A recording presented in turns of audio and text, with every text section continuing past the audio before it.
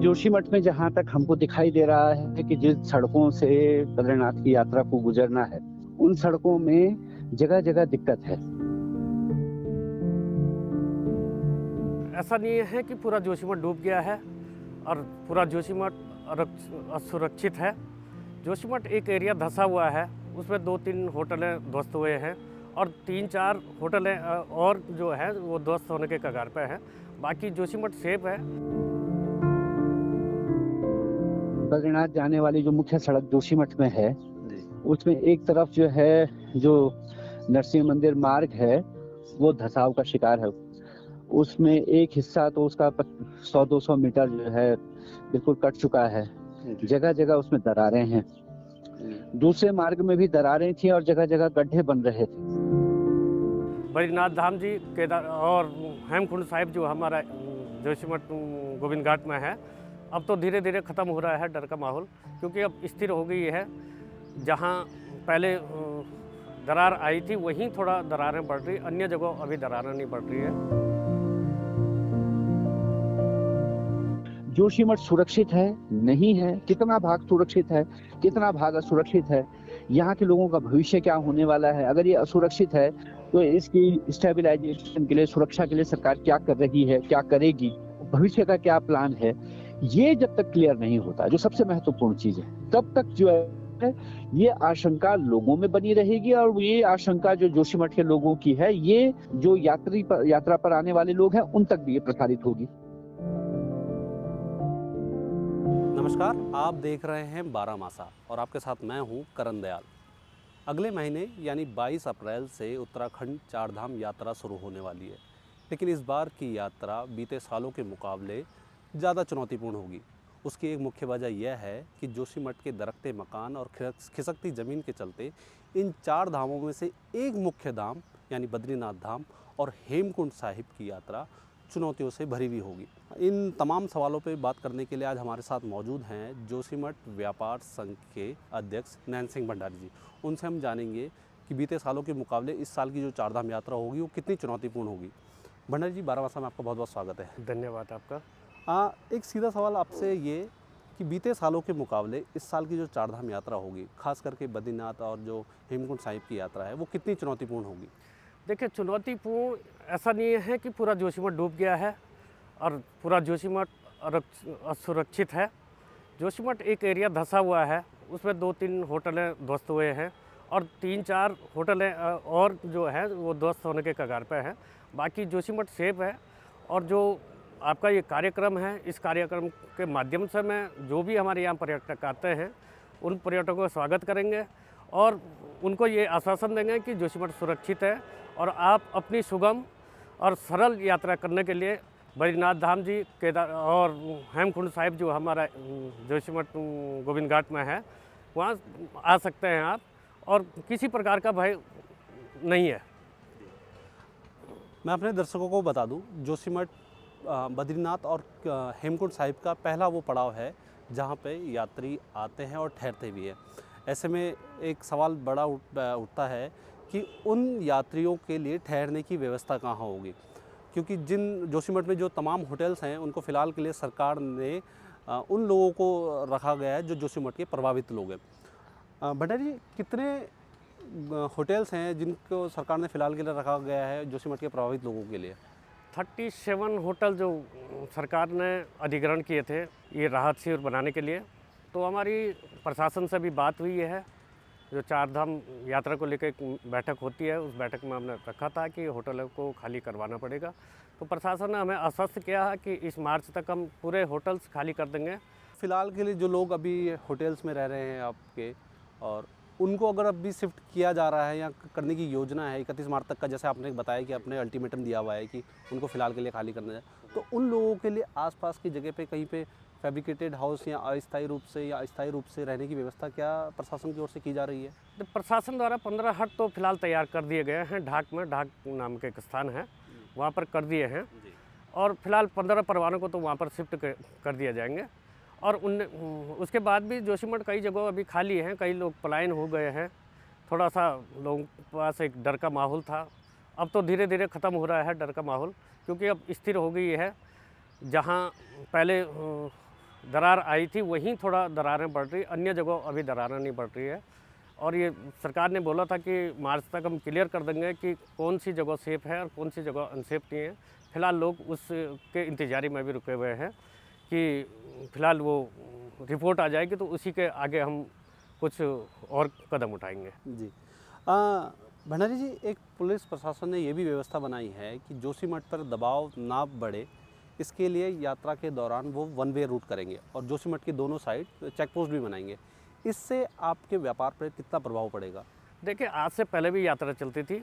आज तो जो जोशीमठ के आसपास से डबल लाइन रोड कट गई है। अब उतना थोड़ा प्रेशर कम रहेगा। वन वे हमेशा रहता है जोशीमठ में यात्रा के टाइम पर भी, और बड़ी गाड़ियों के लिए भी डाउन सीजन में भी वन वे रहता है। तो ऐसा में कोई ज़्यादा वो नहीं होता। थोड़ा सा ये होता है कि भाई थोड़ा जाम की स्थिति कम उत्पन्न हो, तो उसके लिए जगह जगह पुलिस प्रशासन रहती है और स्थानीय लोग भी उनका सहयोग करते हैं। जैसा कि आपने बताया कि अभी जोशीमठ फ़िलहाल के लिए सुरक्षित है और जब चारधाम यात्रा शुरू हो जाएगी उस दौरान भी जोशीमठ सुरक्षित रहेगा।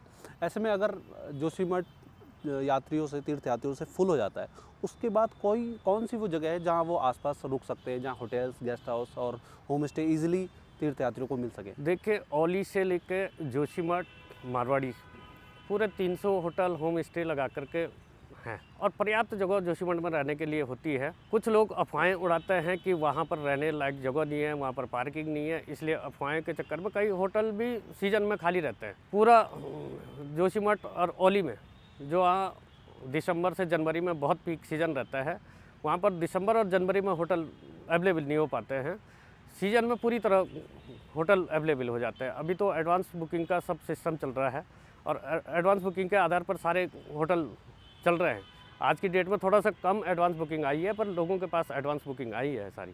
तो ये थे जोशीमठ व्यापार संघ के अध्यक्ष नयन सिंह भंडारी जी, जिनका साफ तौर पर कहना है कि आने वाले दिनों में जब चारधाम यात्रा संचालित की जाएगी उस दौरान जोशीमठ पूर्ण रूप से सुरक्षित भी होगा और तीर्थयात्रियों के लिए रहने और ठहरने की पूर्ण रूप से व्यवस्था भी होगी।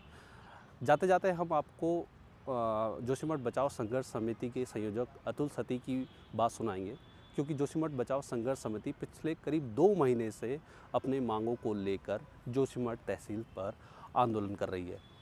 तो सुनिए जोशीमठ बचाओ संघर्ष समिति के संयोजक अतुल सती ने क्या कहा अपनी मांगों को लेकर।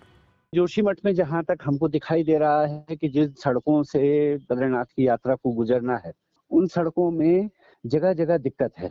तो हम तो लगातार पिछले 1 महीने से इस बात को कह रहे हैं, हमने लिख करके भी दिया था कि सरकार इन सड़कों को दुरुस्त करे। बद्रीनाथ जाने वाली जो मुख्य सड़क जोशीमठ में है जी, उसमें एक तरफ जो है जो नरसिंह मंदिर मार्ग है वो धसाव का शिकार है।